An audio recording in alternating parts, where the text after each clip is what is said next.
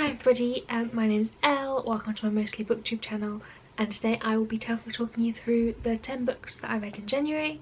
So starting off, I read an eARC that was very kindly sent to me by NetGalley of Sexuality, a graphic guide. I've talked about these kind of graphic guides before on this channel, but this book is basically a graphic, obviously not novel, graphic guide, an illustrated guide around sexuality, and kind of really very expansively and in a very kind of condensed but accessible way. It covers a lot. Specifically, it covers the history of how we view and have viewed sex, which I find really interesting, especially in the context that this is not the final iteration of how we're going to view sex as a society, even for people with very expansive views about sex.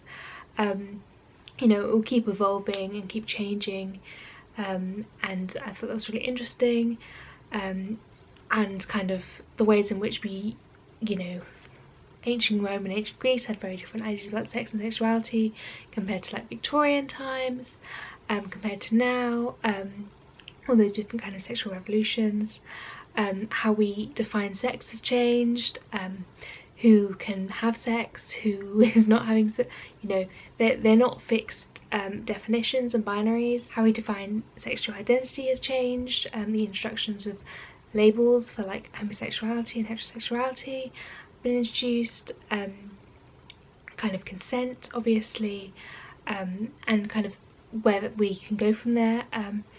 And yeah, I thought it was really interesting. I think personally I found it really interesting in terms of seeing how we still view sex as a society with very problematic ideas that are deeply embedded in us, and how those concepts have come about, and how we can necessarily unlearn different things. One thing that I really enjoyed in this book was the concept that the thing that is most inherent to sex,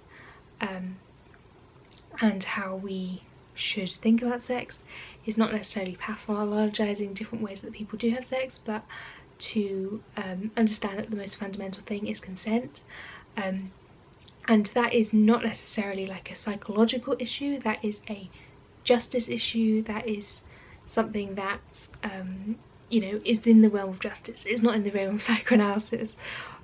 So and that was really interesting to me. So, you know, ultimately, as long as the people who are having the sexual relationship are consenting, it doesn't necessarily, what they do doesn't matter, except to the people in it. And also, if they transgress those boundaries, that is not a matter for psychologists or theorists. That is a matter for justice, however you view justice, and you know, then that goes into a different thing, you know, sexual assault and stuff like that. So yeah, I thought it was really interesting. There's also stuff about consent and how our ideas of consent in sex blend over into our ideas of consent in different aspects of our life, or, you know, whether we can say no to certain people at certain times, the relationships between hierarchies like bosses and family members.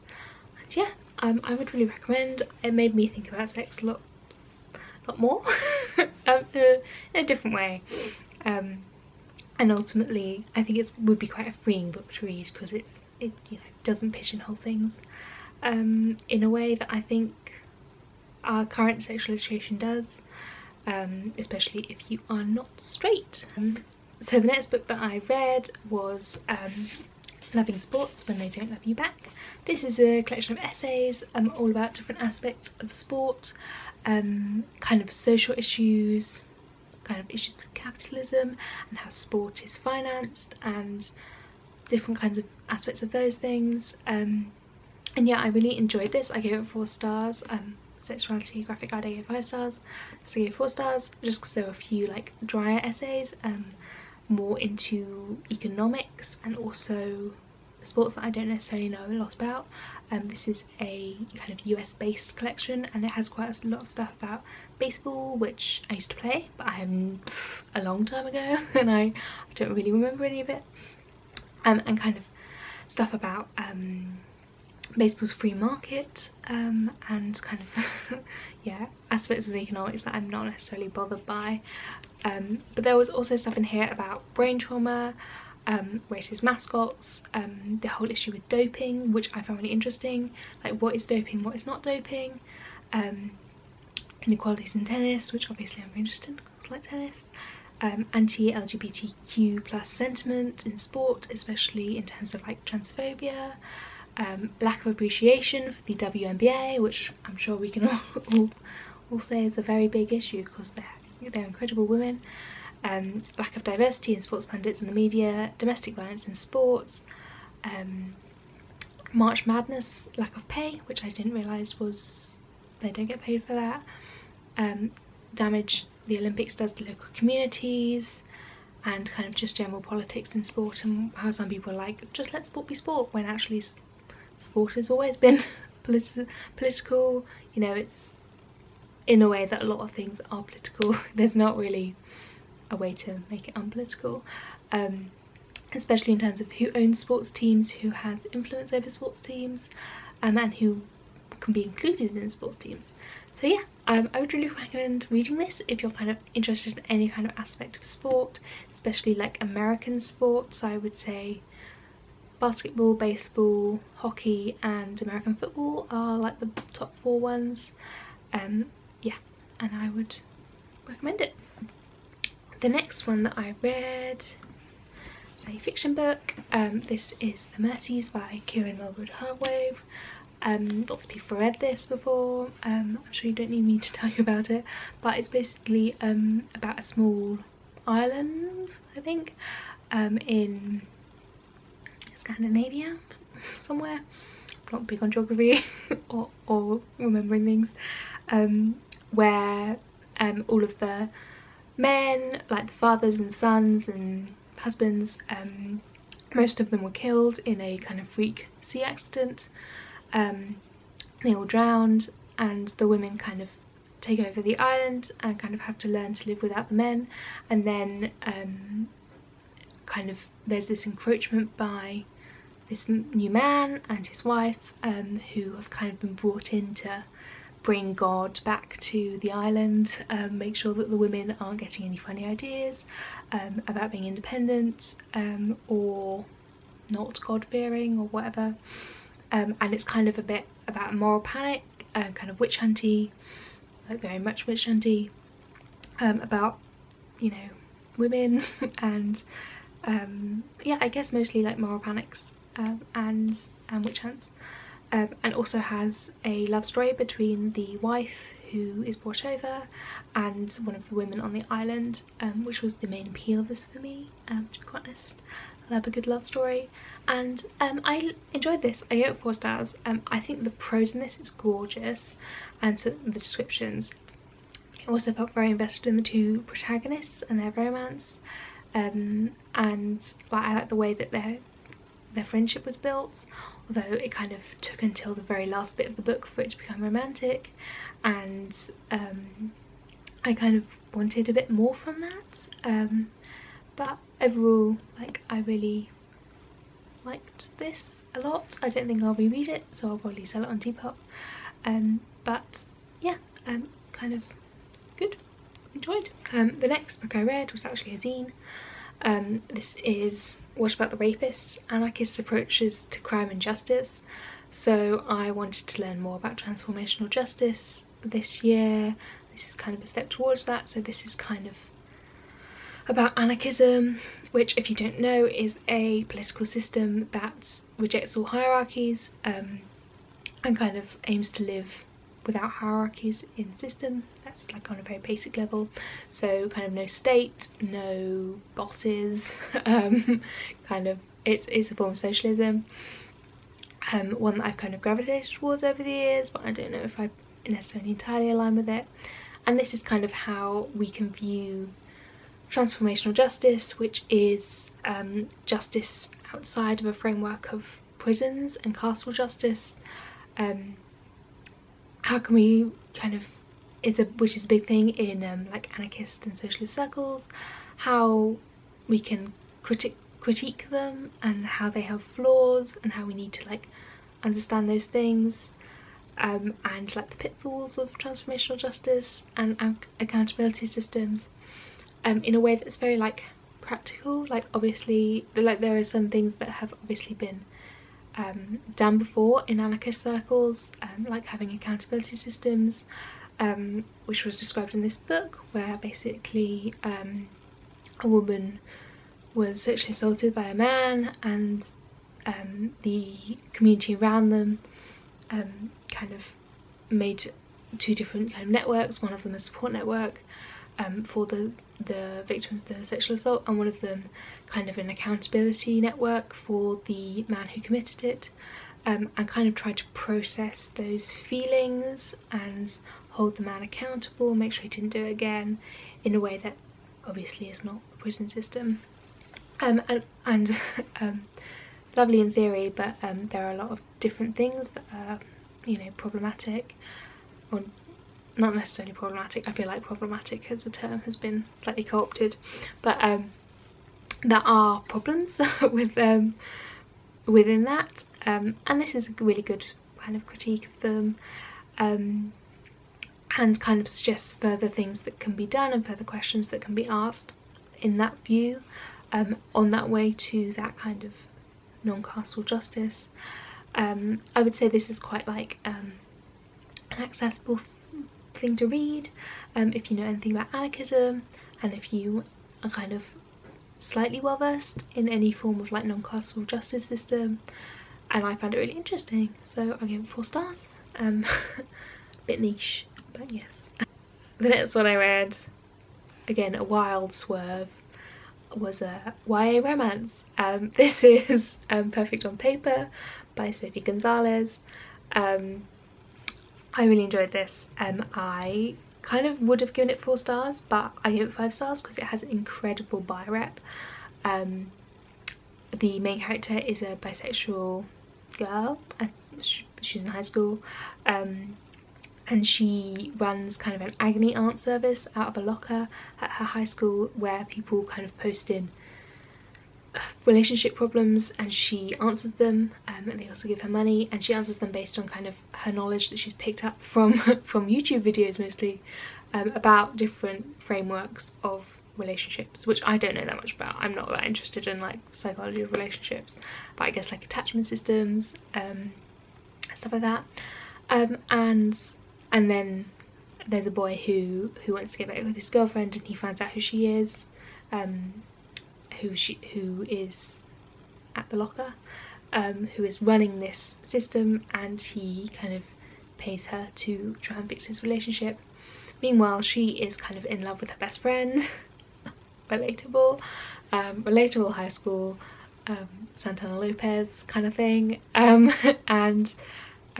it's kind of, she has some issues with her best friend, and their relationship, I guess. And yeah, I really enjoyed this. I would say this has been compared a lot to Leon and the Offbeat. Speaking as someone who personally really did not like Leon and the Offbeat, I think it had so many problems. I would not compare this to that, because this was much better. I would compare this to something by As Osman, who is for me the gold standard of queer young adults. I think it has great equal representation. There's like a trans side character, there are multiple queer characters and side characters, and yeah, it focuses on friendship a lot. Any of the romances that are in there are kind of based on friendship as well, which I really enjoyed, and kind of deals with bigger issues, family issues, and kind of morality around running like a kind of relationship service out of a locker in high school and accepting money from it. Kind of deals with that really well in a way that I wouldn't necessarily expect from a young adult novel. And yeah, I really enjoyed the romantic relationship. And as I said, the bi rep is really good because the female character is very much, you know, she has feelings and relationships with women and men, or girls and boys, because these are children, I assume. And I think you know, it's really nice to see something like that, and to kind of, it's very validating, especially when she's like dating a boy, to be like, oh, you're still queer, which I think is something that lots of bi people have insecurities about, and this kind of stuff needs to be shown in media. I would have really enjoyed it when I was a teenager, which was a long time ago. The next one I also gave 5 stars, and that is The Corona Crash by Grace Blakeley. This is a very, very small little book about economics. Grace Blakeley is an economist, a British economist, who kind of writes a lot about British economics from kind of a left position, and I really enjoy her work. I would like to read more of her work after I read this, but mostly because I don't know much about economics and I find it quite dense and hard to understand. Mostly I just read her tweets, but they're good. This is kind of a guide to the current state of UK and global capitalism, the financialisation of capitalism, which is something that a lot of economic I just can't say economists agree on, which is kind of what happened in the 80s with like neoliberal politics, and also the introduction of like the financial of capitalisation, which basically is when capitalism is no longer based on commodities, it is based on financial services, so shares, stocks, whatever the difference between those are, loans, credit, debt, those things, and how that has kind of changed capitalism and ultimately is not good at all. It's terrible. It means that the world is based basically on astrology for men. This kind of also addresses different ways in which we can rejig capitalism, we can take it down, such as like debt cancellation in the global south, and also a Green New Deal created by the people for the people. I would really recommend this if you would like to know more about economics, especially very currently. It kind of deals with the pandemic quite a lot as well, as you would expect. And it's pretty accessible. I would say it's quite dense, but if you take your time with it, I would say it is accessible for a lot of people who want to learn more about economics. Leading on from that, my next book is A Planet to Win, Why We Need a Green New Deal. This is more US based, but it is less why we need a Green New Deal and more this is what a radical Green New Deal that would actually work looks like. It focuses on like 4 or 5 different topics, including keeping fossil fuels in the ground, changing labour, and just, you know, how we view work, job transitions, housing security, a reduction in both consumption and work in favour of spending more time outside, and you know, not activities that are not based around spending money, kind of a 4-day working week, and also international solidarity, and then how kind of we are not going to save the world by just switching to electric cars, and we very much need to do a lot more than that. And more so than that, the concept around switching to electric cars means we would need a lot more lithium, and that creates a lot of problems in the places where lithium is mined in South America, especially I think it was Argentina and Bolivia, and how we need to have international solidarity with those workers and make sure that they are not being exploited. Well, these two kind of pair really well together. This focuses on like the fundamental flaws in capitalism at the moment, and how it's based on maximising growth for business shareholders, which is like a huge stupid thing, because growth can't continue forever. We're just going to kill the planet while we do it, and it's just stupid. We just create more money for really, really rich people already. So yeah, and it's completely unsustainable and increases the wealth on the class gap. So yeah, I found it really good. There are a lot of like big ideas in here that I'm like, oh my god, I hope this happens. Obviously there are lots of things that we need to do, lots of fights we need to win to get there, but it's the only way. It's the only way we're gonna get there, is to fight for it. So yeah, I would really recommend reading this if you would like a little introduction. It's again, it's quite short. Next book that I read, fiction book, is The Nickel Boys by Colson Whitehead. This is all about a couple of boys at a reform school in Florida in the 1970s? I'm not sure. 1960s, 1970s, yeah. Which is just terrible. It's got lots of like tortury things, it's not nice, it's racist, it's horrendous. Segregation is there, you know, none of them should be there because they shouldn't. It's depressing, ultimately, and I thought it was just me, but I've read Goodreads reviews for this book, and there are a lot of people who are like, I feel like I've read this before, and I'm sure I haven't. I'm sure there's no plagiarism going on, but it doesn't feel like there's anything new, and it's annoying.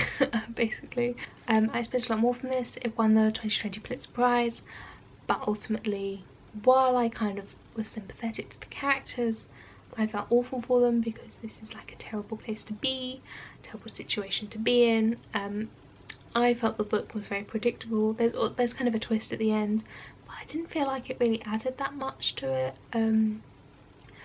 I expected a lot more, and it just didn't feel like it should have won a Pulitzer Prize. It just, yeah, I read some reviews, as they said, and there were some people being like, I feel like he kind of phoned it in, which I kind of agree with, and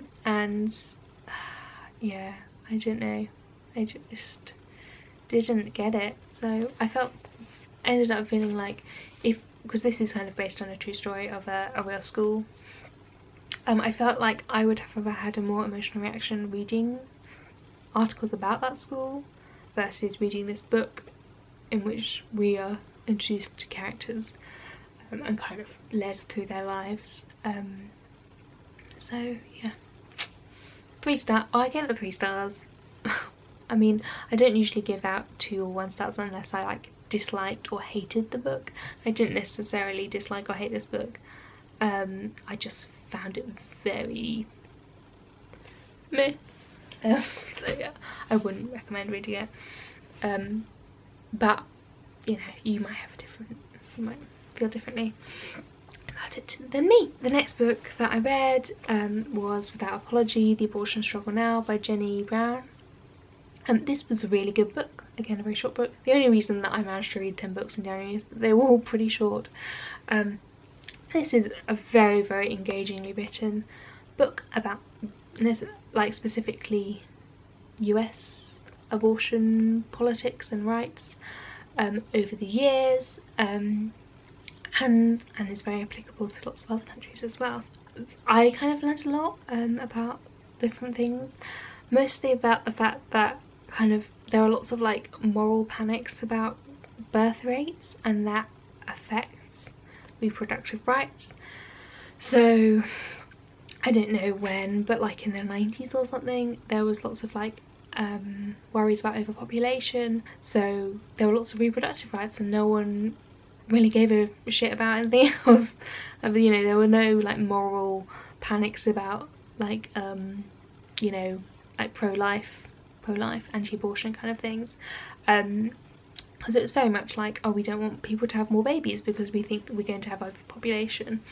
And how now that the birth rate is falling in a lot of countries, you know, abortion rights are being rolled back in quite a lot of them, despite the fact that, like, I'm pretty sure every country in the probably not every country in the world, but most places, I would say, like, you know, believe in reproductive rights. They believe in that people who can get pregnant should be able to control where and when they get pregnant, and if there is something that is wrong with that baby, they should be able to no longer have to carry it.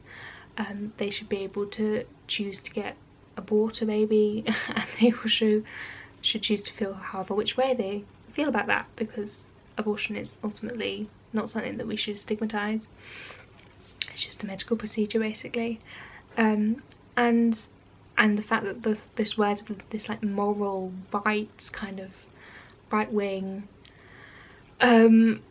pro-life, anti-abortion kind of movement is weird, because it's not really, there's not really a precedent for that. It's not as if there's always been that. It's not necessarily tied to a religion, like it was in the past. It's not as if Christianity has always been like hard line, no abortions, kind of thing. And it's only kind of very recently, in the last like 100 years, where, you know, those arguments have been used to restrict abortion rights. And a lot of it is because of capitalism, because higher up, you know, more wealthy people want to control how many workers there will be in the future for them to make money, which is gross, isn't it? So yeah, one of the quotes in here was that capitalism's requirement for endless growth is in conflict with women's reproductive freedom, which is something that I'd never really thought about before. And there's also a lot in here about like destigmatising abortion, and how the abortion rights movement has kind of been diluted a bit. There's been a lot more, oh, we shouldn't talk about abortion because it's, you know, we've had abortions but we feel really bad about them. We didn't want to have them, we did also want to have them, and actually get rid of it. Like, no. people should have rights.